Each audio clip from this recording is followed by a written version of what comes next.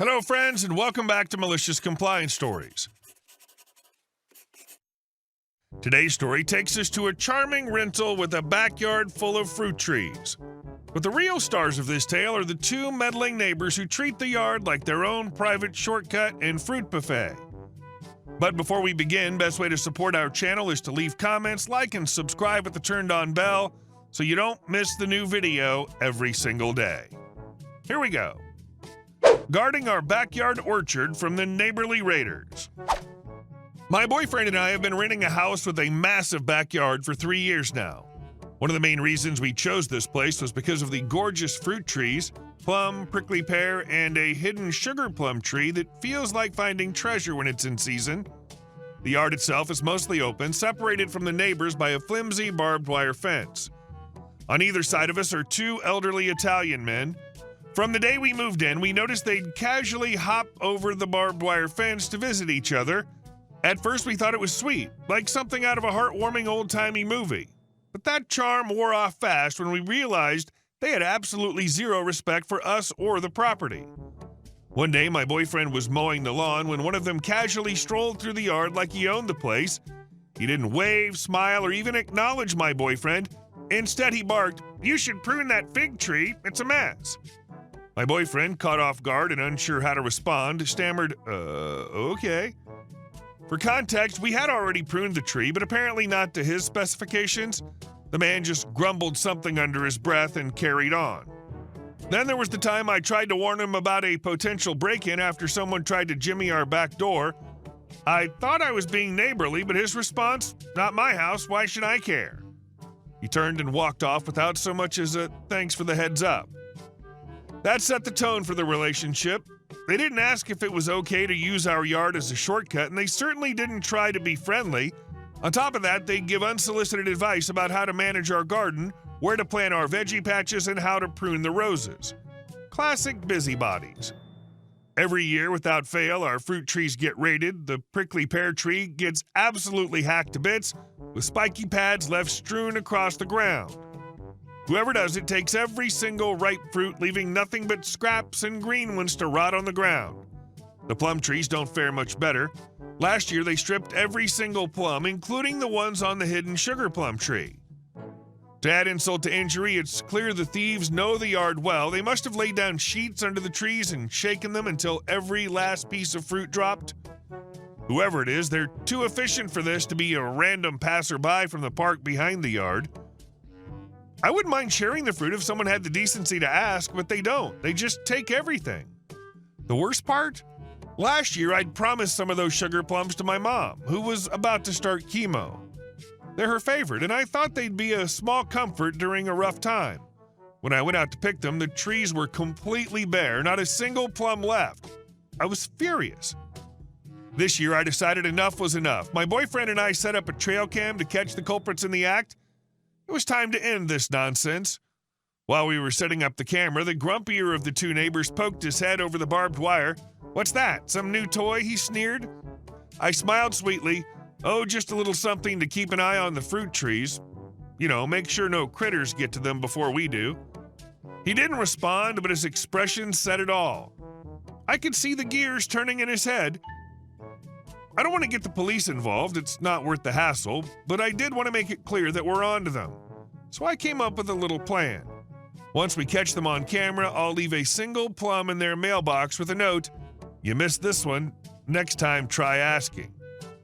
If they're feeling particularly bold and do it again, I'm thinking of hanging a sign on the tree, "Smile, you're on camera." And yes, we're calling your kids if this keeps up. We're also planning to replace the barbed wire with a proper fence. My boyfriend joked, "Let's make it electric, that'll stop them." I laughed. I'd settle for a moat at this point. The old men are already eyeing the supplies we've stacked up for the project. One of them even said, "You don't need a fence, we've been walking through here for years." Exactly, I said with a tight smile, and that's the problem. I can't wait to see their faces when the fence goes up. They'll just have to take the long way around to visit each other and leave our fruit trees alone. It's wild that these neighbors feel so entitled to someone else's yard, treating it like their personal shortcut and grocery store. The trail cam and fence are brilliant moves to reclaim your space without escalating things unnecessarily.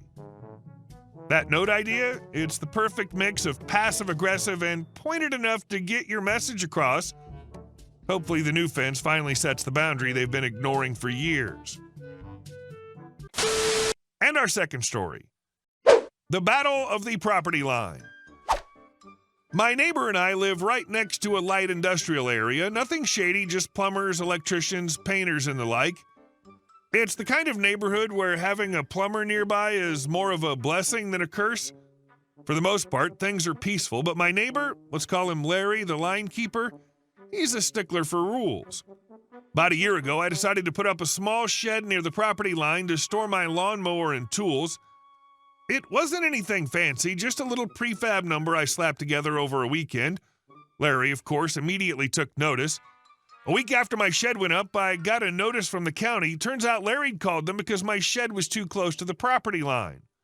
I wasn't over the line, it was just 6 inches shy of meeting the county's 5-foot setback rule. The county inspector came out, measured everything, and told me I needed to move it. 6 inches? I asked. You're kidding, right? The inspector shrugged. That's the rule. Your neighbor filed a complaint. So over a weekend, I disassembled the shed, shifted it over exactly 6 inches, and rebuilt it. It wasn't a huge deal, but the effort it took to fix such a minor issue left me pretty annoyed. Afterward, Larry had the nerve to say, "It's nothing personal, rules are rules." I bit my tongue and nodded. But I was already making mental notes about his property. Fast forward about a year, and Larry decided to build himself a massive fence. His house backs up to the industrial park, and I could see why he'd want some privacy. The problem? This thing was 8 feet tall, a monstrosity that towered over everything else on the block. The county's regulations clearly stated that fences could only be 6 feet tall unless you had a permit, and even then you'd need a really good reason to go above the limit. It was hard to miss this new fence. One morning while drinking my coffee, I noticed Larry and his buddies finishing up the project. I smiled to myself, thinking about the county inspector's measuring tape. Now, I'm not one to tattle, but Larry had set the tone. If rules are rules, then they should apply to everyone, right?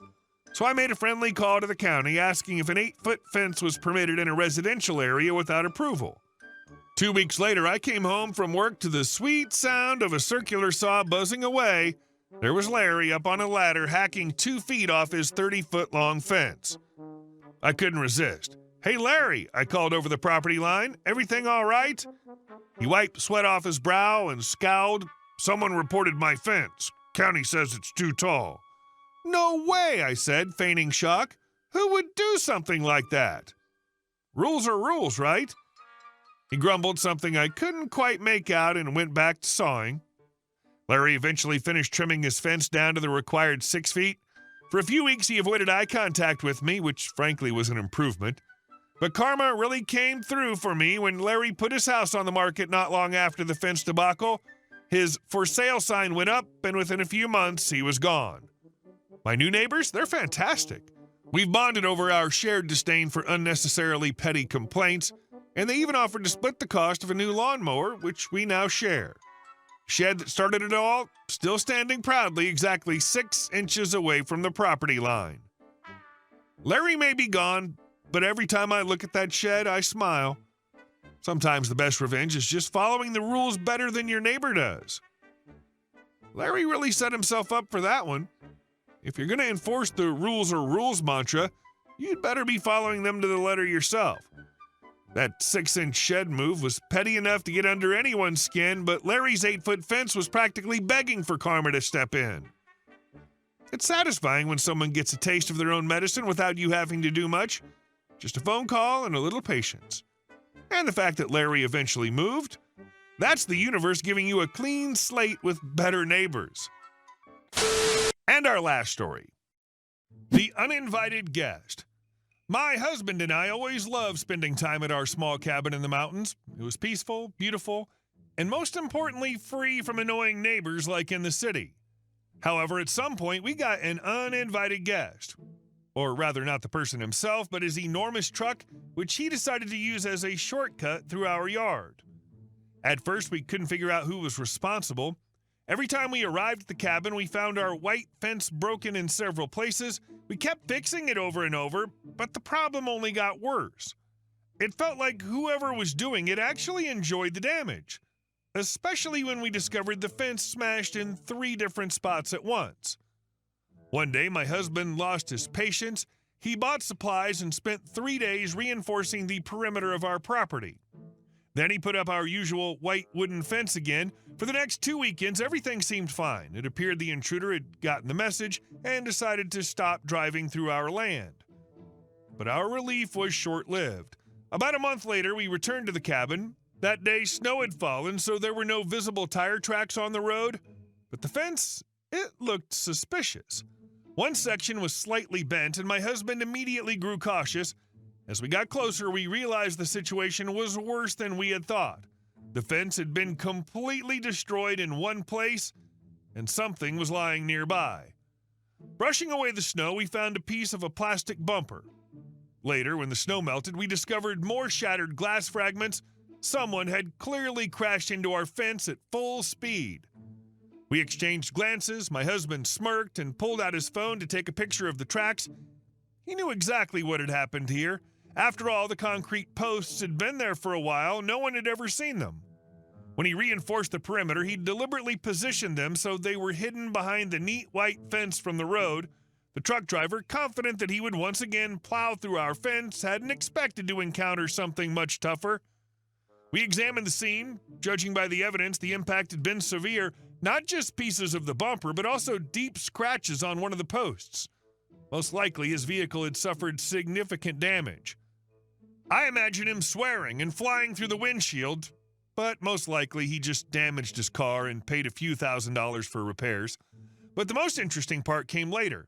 When we went to the nearest store to pick up a few things for the cabin, the local shopkeeper, whom we'd known for years, grinned and said, "Heard someone wrecked their truck the other day. They said he drove straight into concrete." You wouldn't happen to know where that happened, would you? We just exchanged a glance and shrugged. Since then, no one's ever damaged our fence again. Apparently, the truck driver learned his lesson. Concrete is much stronger than a truck. A strong defense is the best deterrent against repeat offenders. Hey guys, thank you all for watching the video. I'll see you in the next one.